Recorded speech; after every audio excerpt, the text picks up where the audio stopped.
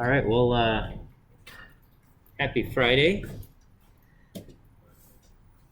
Yeah, exactly. It's the end of week 7, so we just have a few weeks left.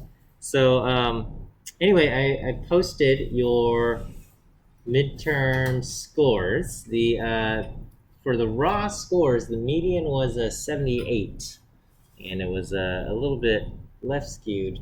And so I added 7 points to everybody's score. That's the score that is recorded on CCLE. Okay, so that brings the median up to 85. Q3, so a quarter of you scored over 95 or higher. A quarter between 85 and 95. And half of you below 85. So that's how the median works. If you have any questions or whatnot, you want to take a look at your exam, you can do so. You can do so after class today, or actually, I got to take off right at noon today. So, but I kind of posted, I think, on Campus Wire, just some general times you can come visit my office to take a look at your exam. I hold the exams, so I'm not going to be passing them back, but you're more than welcome to see how you did. Okay. Hopefully things are going well with your group project. You are kind of just exploring things like that. Oh, one thing. I forgot to post the video, Wednesday's video, and probably it didn't affect you guys very much because you guys consistently come to lecture. But for those of you who watched the video, who watched the video, I had forgotten to post it. So anyway, it's up now. I've extended the deadline for the lecture view quiz. Just make sure you enter Wednesday's answers in the Wednesday view quiz and Friday's answers into the Friday view quiz. Okay, just please make sure you are careful about that. Okay, today I wanted to talk a little bit about logistic regression, and I have this it's like a document that I wrote up covering logistic regression. And anyway, kind of the big idea behind logistic regression is that it's a classification method, okay? So versus linear regression, in linear regression, the value you are trying to predict is a number. So this may apply for some of you and may not apply for some of you. So depending on what your data is, perhaps the value that you are trying to predict is some kind of number, right? You're trying to predict the score of, a movie or something, right?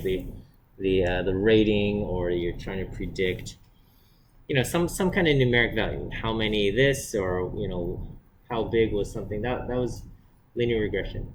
On the other hand, sometimes you want to predict a category, right? Predict, did they win or lose? Did they succeed or fail, or are they in this category or in another category? And for something like that, a tool that we can use is logistic regression. Okay, and basically in logistic regression, we take this part. This part is basically the same. This part is linear regression, right? In linear regression, you have an intercept and a slope, a beta 0 and a beta 1 term. And if you have a line, basically it can go from negative infinity to positive infinity, right? If your x values go from minus infinity to plus infinity, then your y values would also go from minus infinity to plus infinity for a line, okay? No matter how kind of steep or shallow the slope is. As long as the slope is not 0, your y values will go from minus infinity to plus infinity if your x values go from minus infinity to plus infinity, okay? The key difference is with logistic regression is we take the equation of that line, that slope and intercept, okay, slope and intercept, and we put it inside the logistic function, which in the numerator goes e to the basically line divided by 1 plus e to the line, okay? And so if you think about what this could be, if the line is equal to 0,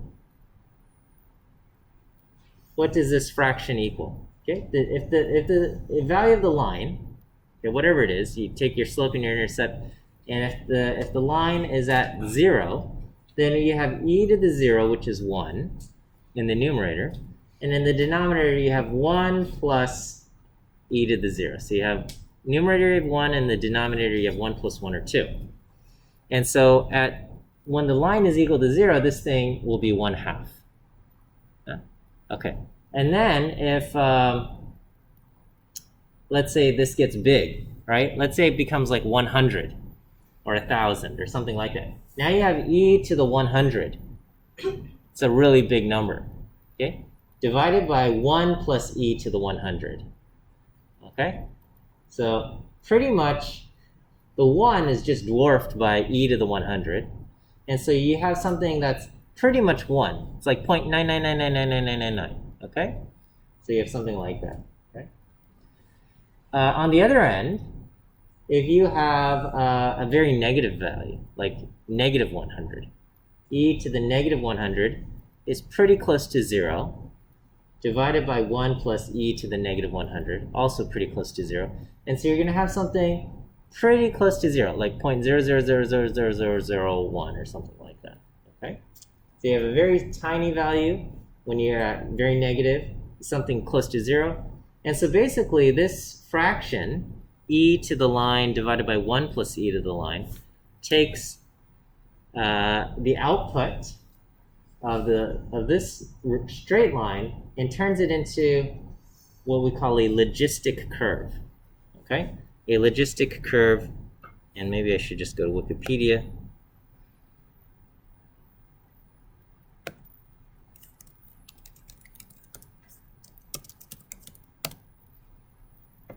Okay, so the logistic function basically looks like this, okay?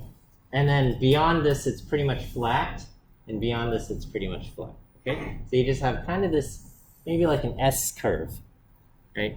Going from 0 to 1, something like that. Yes, whoa. So much of stuff there. Okay, there is a function called the Logit function, and basically it undoes the transformation. So if you put this into the logistic function, you get a value between 0 and 1. And then if you take whatever this output does, you put it into the Logit function, then it will output basically what the input was, the line. All right, so that's kind of the premise.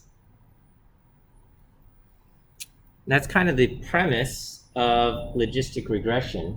There's a few things in here, and you talk about what is the error and how all of that gets factored in, and when you try to model this in R, because of the way the errors are modeled, we use this argument called family equals binomial. It always feels a little bit strange to say that, but there's a tool in R called the GLM, the Generalized Linear Model, and it's the Generalized Linear Model because there is a linear model right here, right? The equation of a line that goes in there, but there's a transformation, which I guess is part of the generalized part of it, okay?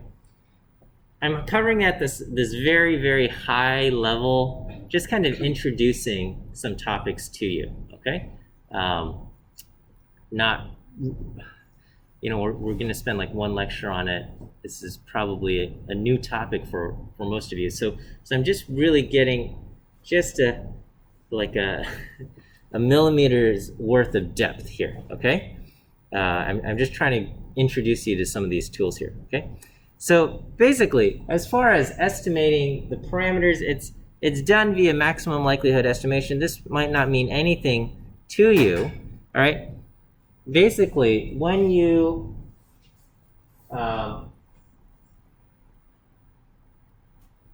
use this function, GLM, it's going to spit back what it thinks the slope and intercept values are. It's going to spit back what it thinks the B0 and B1 terms are after you put it into the logistic regression thing, okay? Now, basically, what we want the thing to do, what we want is that we want to be able to plug in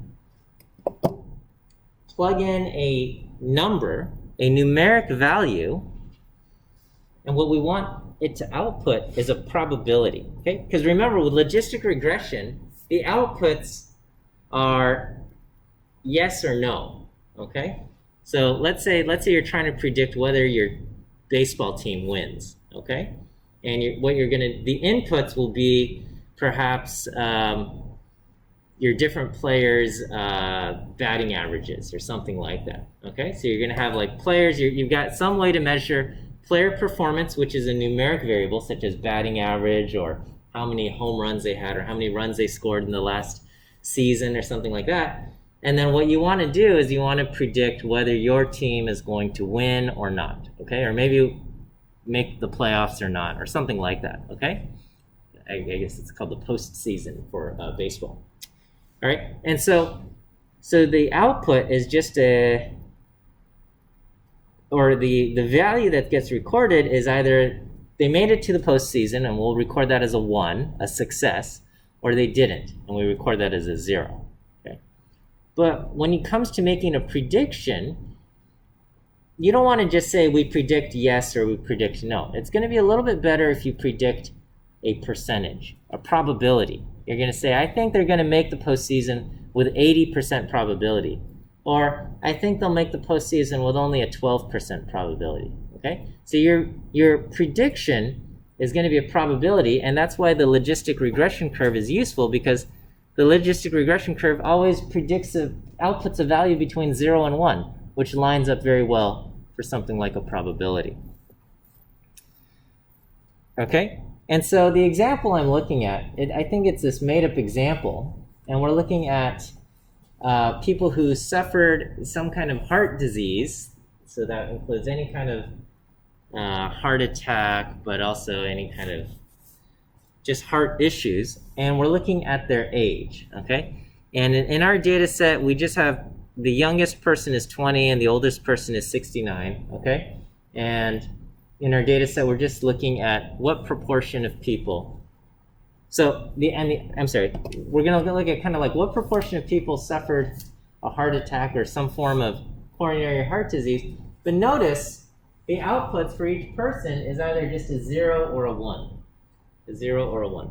So how do we even graph this or do any kind of analysis, okay? So what I've done here is I said, all right, let's take that x value. We'll take age, kind of our input. We'll put it on the x-axis, and then we'll put whether they had coronary heart disease, CHD, on the y-axis. Okay, and this is again just kind of like made-up data. And so what you see is we get a bunch of 0s and 1s. Now, I used jitter, and that's to prevent all of the dots from just stacking on top of each other. Okay, because we have several people around age 30, okay? And they would just, all 4 of these people at around age 30 would just get stacked on top of each other as just one dot. And we don't want that, okay? So adding jitter, and so with jitter you can specify, so the aesthetic mapping is age goes to the x-axis, CHD goes to the y-axis, okay? Height equals 0.05. This is a setting.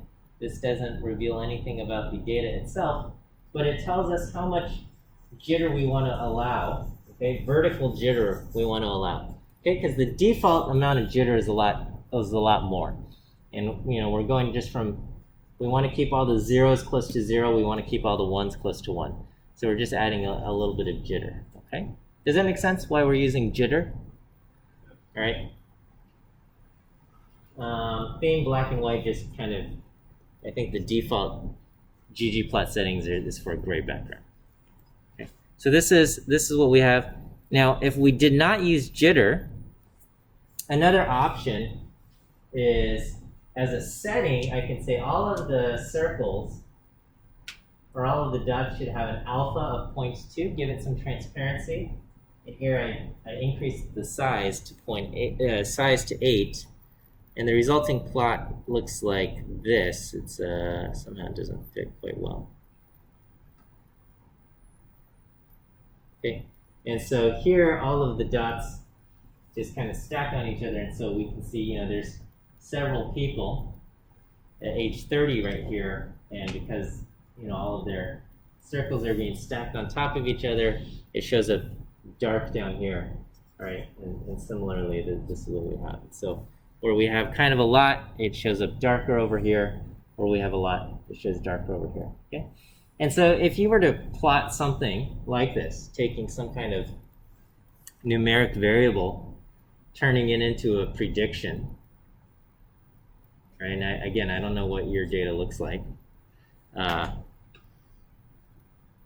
This is one option. Okay, now how do we even begin exploring something like this? Okay, just because if you were to go back to the data and just say, okay, well, what proportion of 20 people who are 20? Okay, well, you only have one observation with age 20. Okay, we have one observation with age 23. We have two observations with age 25. Okay, so what do we do?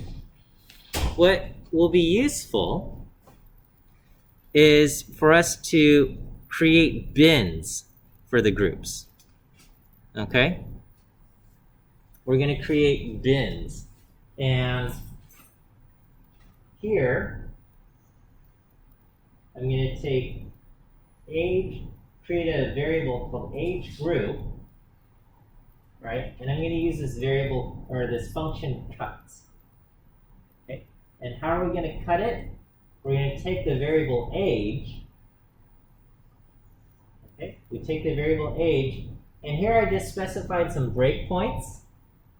I said 20, 30, 35, 40, 45, 50, up to 60, and then 70. Now, that's kind of arbitrary. You can set whatever breakpoints you want, but here, basically, I created a group that went from age 20 to 29.9. 30 to 34.9, 35 to 39.9, so on and so forth. So it creates these age groups.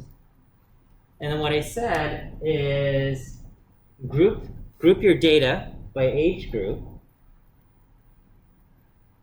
get a count of how many total are in that age group, okay? Get a count of how many don't have it, and get a count of how many do have it. So I said CHD equals 0. That's going to basically be true or false if it's a 0. And so that's going to be absent. These are the people who don't. Okay? CHD equals 1. That's going to be this, 1. Okay? And then I said, okay, well, give me the proportion. So we're going to take the number present, divide by the frequency. So in the age 20 to 30 age group, we had 10 people total between 20 and 30 years of age. Of those 10 people, one person had CHD, so the proportion is 10%. In the next group, we have 15 people, and 2 people have it, so 2 divided by 15 is 0.133. Next group, we have 12 people, 3 people have it, 3 divided by 12 is 0.25. Okay? Does that kind of make sense? And so this way, because if you're looking at this plot, it's hard to do much. Even this plot, it's hard to do much. Okay? But by kind of creating bins for your groups, you can do this, right? And so I think for some of you, you guys were showing me your data, and I thought, okay, well, this would be a good,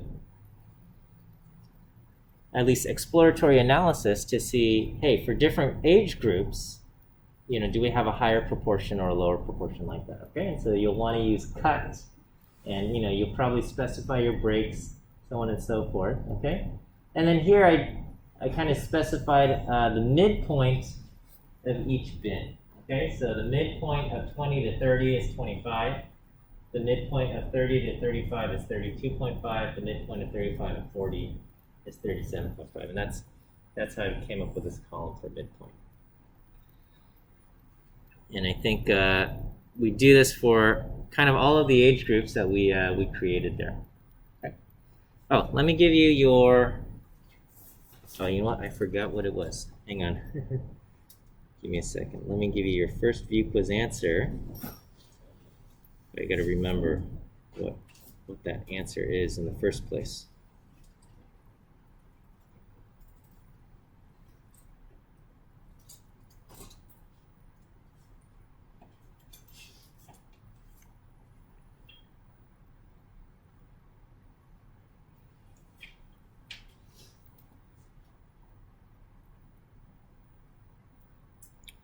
Week 7, Friday. All right, the first one is D. D as in dog.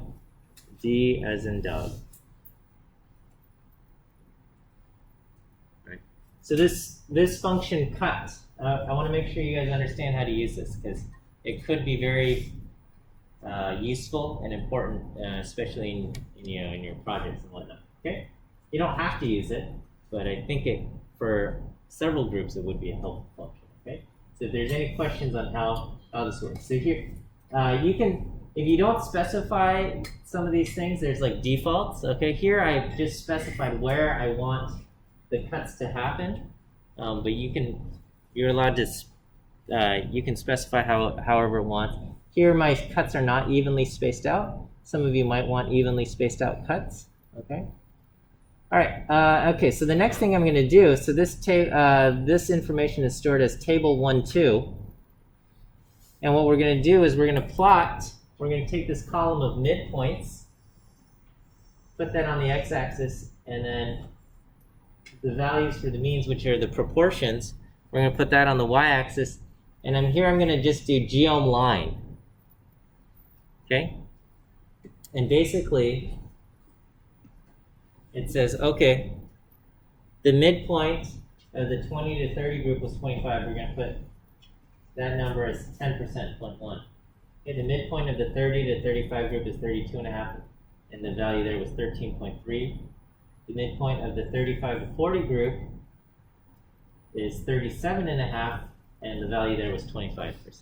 Okay, so that's what we have. We got x are the midpoints that I calculated, y is the mean, the proportion that had CHD, and we are connecting them using geom line. Geom point just adds these points there on top of it as well, so I have both points and lines because I wanted to kind of connect the points. Okay. And then here I specified where I want the bottom and the top of my y-axis to be, okay? Because I think by default, it kind of shrinks it to be just around your minimum value and your maximum value. And I think my maximum value is around 80 something, is 80%. And so it would have brought the top of my axis to be probably like 81 or 82%, okay? And just to kind of capture, I want values between 0 and 1. I specified the values to be between 0 and 1, okay? And then also our data goes from around 20 to 69. So I just set the x-axis there. Okay. Right. Any questions? How do we feel about our ggplot skills? All right. I want you to try doing as much as you can. Yeah. What is the theme BW? Theme BW is black and white theme, which works out well if we were to print this. In color, it doesn't really matter. But there's a few different themes. Just if you go to ggplot themes,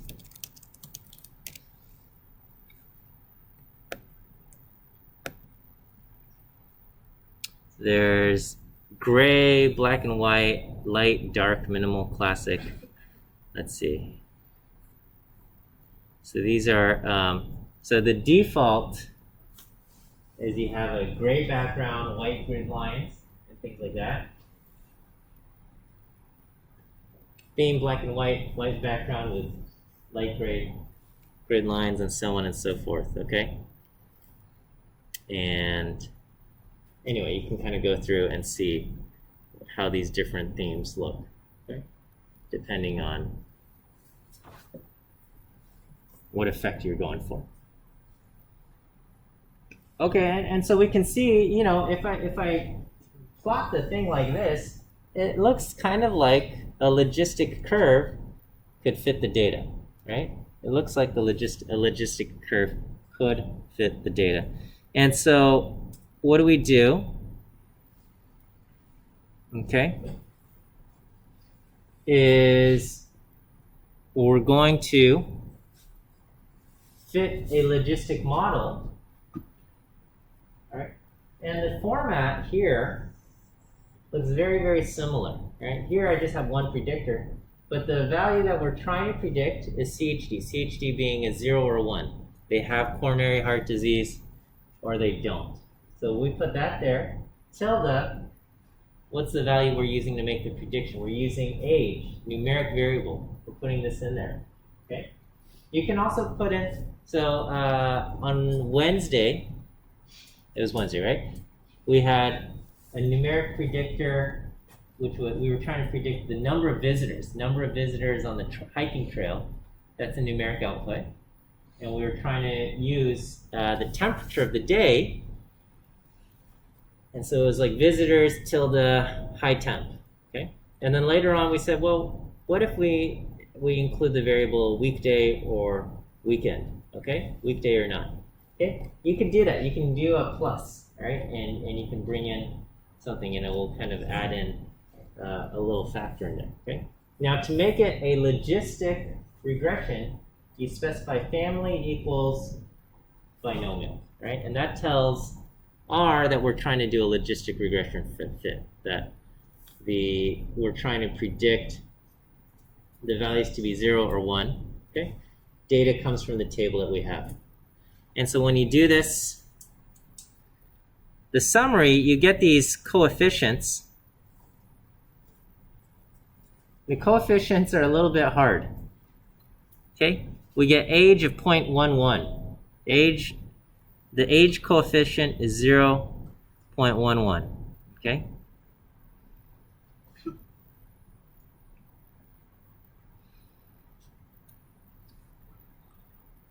All right.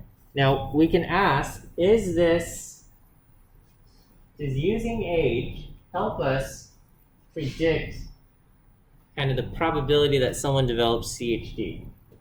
And according to this, my p-value is 4 times 10 to the negative 6. So what does that mean? It means what? Probability. It's a probability. My probability is very small. Basically 0. So what does that mean? It means what? So is age helpful or not helpful? No, it means age is helpful. It's helpful. It is helpful. Okay. Yeah. Well, with a very small probability, it's saying how age is affecting our predictions can't be explained by probability, right? Because we're asking, could the results we get happen by probability? And it says, I mean, I suppose it's not impossible, but it's going to happen with a probability of 1 in a million. Okay. And so we said, well, I don't think I was the lucky 1 in a million. Probably age actually is helpful, okay? That it's not being explained away by random chance. And that's why we're getting this 10 to the negative 6. So when you have a really small p-value, that's an indicator that the estimate is helpful in improving your predictions, okay? And what you can do is you can compare this model, the model that uses age as a predictor, versus what we call the Null Model. The Null Model does not take into account any variables, right? It just says we're going to just predict one value for the probability that somebody has CHD, right? And we're not going to take into account any variables. And so for that, you just get an intercept. There's no coefficient for age, right? So if you look at the output, the output for all of these models, it looks like a lot of stuff, but here, there's one line for age, and it has a very small p-value. And when you say make a null model, and you could do this with linear regression too, there's no output for the variable, okay? Because there's no variables. And so for the null model, the intercept that we're estimating is negative 0.2819, or negative 0.2818512. What does that mean? Okay, well, if you plug that in, remember, what we're doing is we take the output of the line. In this case, it's just a constant value. We say e to the negative 0.2819 divided by 1 plus e to the negative 0.28. Okay? Remember, when we plug in 0, we're going to get 1 over 2. We would get 0.5. Here, I'm plugging in a value a little bit less than 0, negative 0.28. So if I do e to the negative 0.28 divided by 1 plus e to the negative 0.28, the number it outputs is a little bit less than 0.5. It gives me 0.43. Okay? Where did this number 0.43 come from? Okay. What this number 0.43, where it came from is, if you look at your entire data set, okay, I have 100 people in my entire data set. 100 people starting at age 20 to age 100. Out of the 100 people I had, 43 people had CHD. 43, okay? So it's saying if you knew nothing, right? If we had, if I just told you in total 43% have CHD, and then I say, well, you know what? That's all. That's the only information I'm going to give you, right? We don't know anything about a person's age. We don't know anything about anything else, and I just say, hey, what's the risk of developing CHD?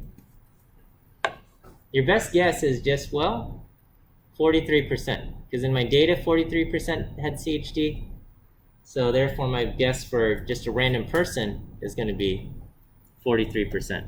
Now, what we want to do is we want to say, well, if we know someone's age, we can make an adjustment to that prediction. If their age is old, high, we increase their risk of CHD. If their age is low, we're going to decrease that risk of CHD from 0.43 to something else.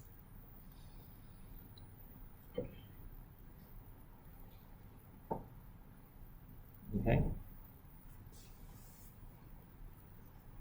All right. There's something called the deviance. And we just ask, how good are these predictions? How often were we right? And how often were we wrong? And what's the kind of the total product of all of this? So we would say, we predicted somebody has CHD with probability 0.43, and we are right whenever somebody does have CHD, okay? And we are wrong whenever they don't have CHD. So we're going to do 1 minus 0.43. That's basically the probability that they don't have CHD. And we're going to raise it to the number of people who don't have it, okay? And we take this whole product and we add all of them up. This is probably too much information. Why do you have times 2? Let's see. Calculate the deviance of the null model. Why did I multiply by 2? I'm just trying to remember off the top of my head.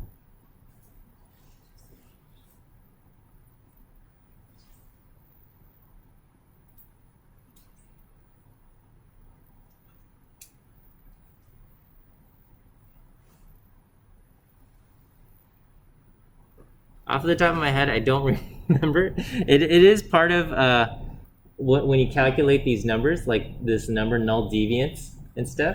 That's basically where it gets factored in. And let me think.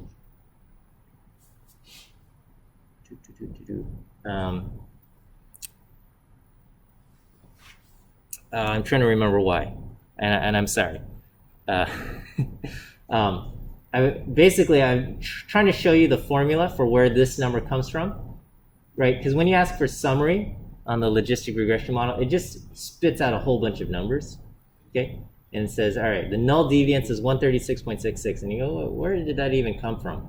Okay, well, this is technically the formula that it uses, and I don't 100% remember why we use a 2, but we use a 2. It gets plugged in there.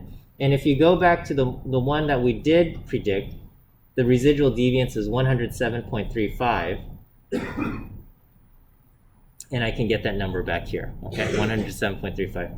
Right? In this, all right, this one's a little bit more complicated. So the null model says we're going to predict 43% for everybody. This one says each person has a different probability of developing CHD depending on their age. And we're going to take these fitted values. We're going to say, okay, the 20-year-old had a 10% probability of developing CHD. And we're going to raise it to whether they had CHD or not. They didn't, okay? And they had a 90% chance of not having CHD, 1 minus 10%, and we raise it to the 1 minus that. They didn't, so this would be 0.9, okay? And we just keep doing this. And you know, the 68-year-old maybe had a 70% chance of developing CHD, and they did have CHD, so we do 0.7 raised to the 1. They have a 30% chance of not having it, and they didn't, and we did 1 minus this, which is a 0, so that zeroes out. Yeah.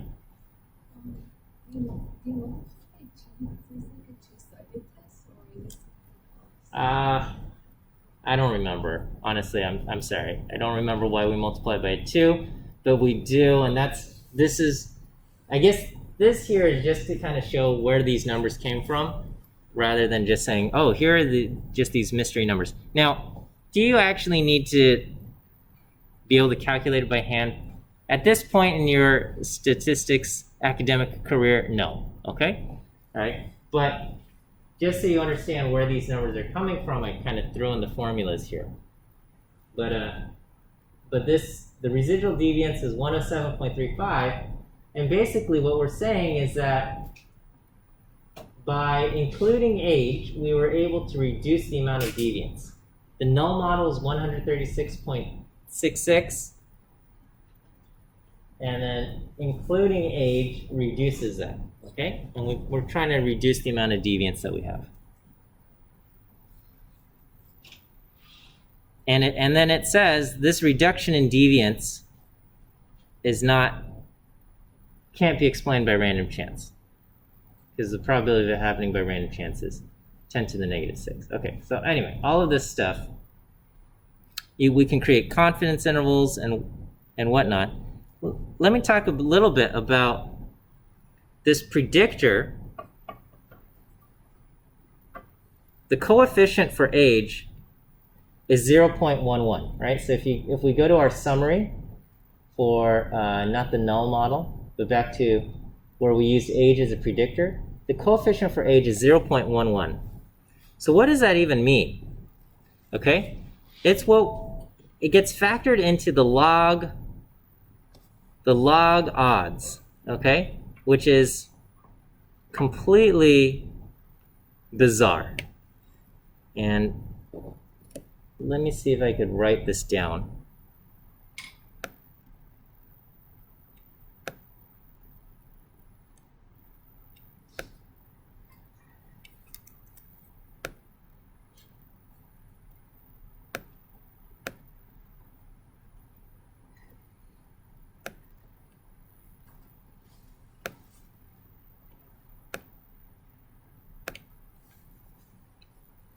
Okay, so all right, so the coefficient is 0.11, okay? We're going to just approximately say it's 0.11, okay? And so what this means is if age goes up by 1, then the log odds go up 0.11. All right, and the question is, what does that even mean? Okay, so let me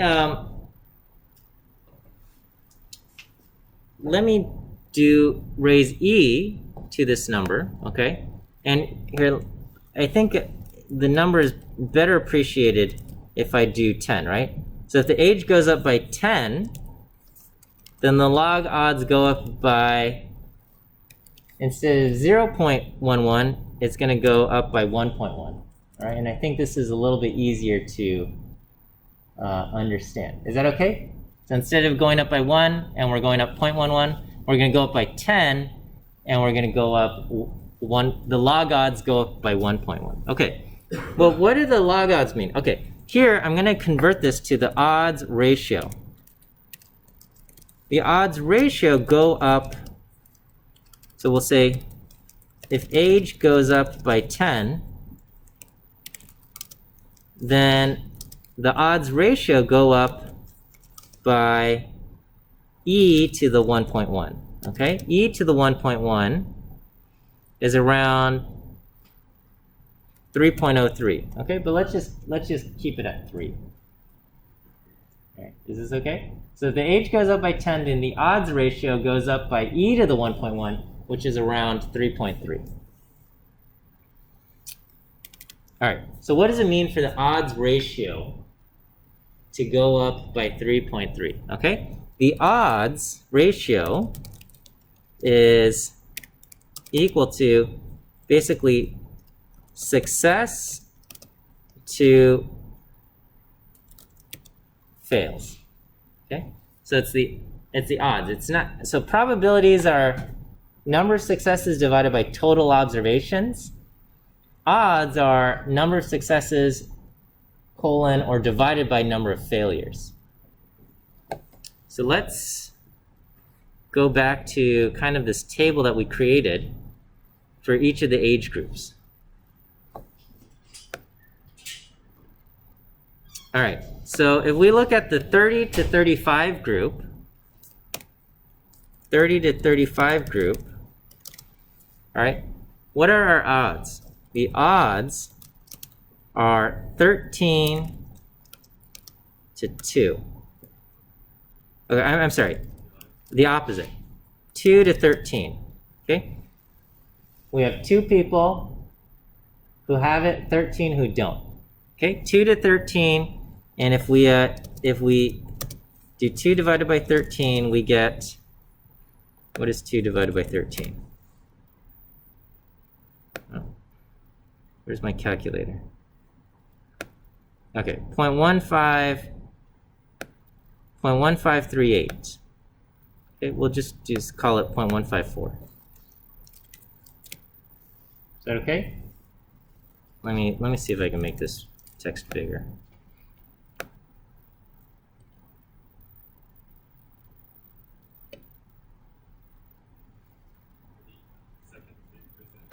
Huh? Oh, the view quiz. The second one today is B. B.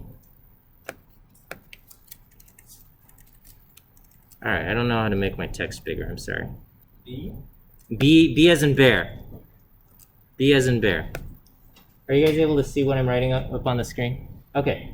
All right. So if we go up 10 years, we would be in the 40 to 45 group. Okay? What are the odds? Okay? The odds in the 40 to 45 group are 5 to 10.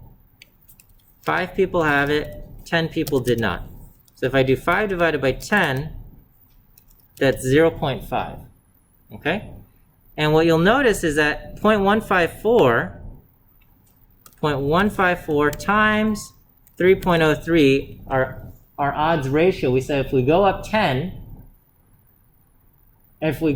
years, our odds ratio will increase by a factor of 3.03. Okay? It's not perfect, but you know, if I do 0.154 times 3.03, it takes me close to 0.5. Takes me close to 0.5. Okay? All right, so what if I go up another 10 years? 50 to the 55 group. What are the odds there? 50 to the 55 group, we're at a odds ratio of 5 to 3. Okay? 5 to 3 is 5 over 3 is equal to 1.6666, okay? And, 0.5 times 3.03 is not quite there, but at least in the striking vicinity of it, okay? So this is, we're not accustomed to thinking of in odds, I don't think. I think we're accustomed to just probabilities, right? Okay? And so on and so forth. 60 to 65 group. Actually, we don't even have that. The odds here, it's actually now the 60 to 70 group. The odds are 8 to 2. Okay, the odds are 8 to 2. 8 over 2 is equal to 4. And if I do 1.666 times 3.03, it takes us a little bit off, okay? So, I mean, it's just, sometimes we're a little bit lower, sometimes we're a little bit higher. But overall, our prediction is if the age goes up by 10, our odds ratio will change by a factor of 3, okay? Now, odds are useful for kind of measuring things along the edges, right? Because if you talk about a 1% change in probability, 1 percentage point change in probability, it doesn't sound like a big deal, okay? To go, say, from 50 to 51%, not a big deal. However, to go from 98% to 99%, that is a big deal, okay? 98% means 1 in 50 fail. 99% means 1 in 100 fail. And to go from 99 to 99.9% means from 1 in 100 fail to 1 in 1,000. Okay, your odds ratio has changed by a factor of 10. Okay, but changing your odds ratio by a factor of 10, depending on where you are, changes your percentages, your probabilities by very little. It goes from 99 to 99.9 is a odds change of a factor of 10. 99.9 to 99.99 is another factor of 10. 1 in 1,000 to 1 in 10,000, okay? And when we're talking about safety issues, something like airplane crashes, okay? That needs to have like a 1 in a million type of failure rate, okay? And so saying 99% success, right? For a lot of us, 99% success sounds like great, okay? But 99% success for something like the airline industry would be absolutely horrific. 1 in 100 airplanes crash? That's absolutely terrible, okay?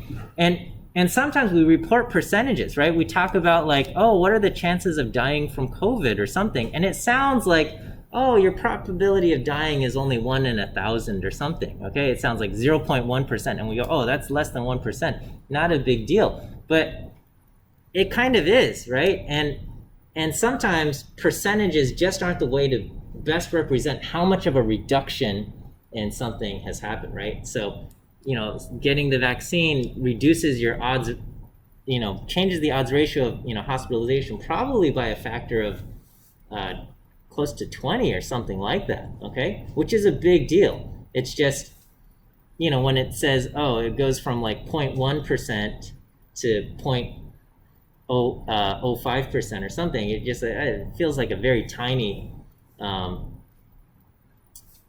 tiny change, but so sometimes odds are a good way to represent things, but I don't think we're accustomed to it. Okay, so anyway, all to say, you can then take the fitted line, and so here, these dots represent kind of the midpoints of the line that we had shown earlier, and here I fit. So if you look at the GG plot, what do? I'm plotting the midpoints and the mean, which came from the table, and then here I'm adding kind of the smoothed line here, method GLM telling it binomial, and that says fit a logistic regression curve, okay? So anyway, this is something to consider. if you're struggling with this, if this is something you want to use with your data set and you're not quite sure, right? Everybody's got different data sets. And if you feel like, oh, this could be something you want to use, but you're just getting a little bit stuck or whatnot, don't hesitate to come visit during office hours for help. Okay, let me give you your last view quiz answer for today. The answer is C. C as in cat. C as in cat is your last view quiz answer for today. All right. Okay, we'll end here. Have a good weekend, you guys, and we'll see you guys on Monday.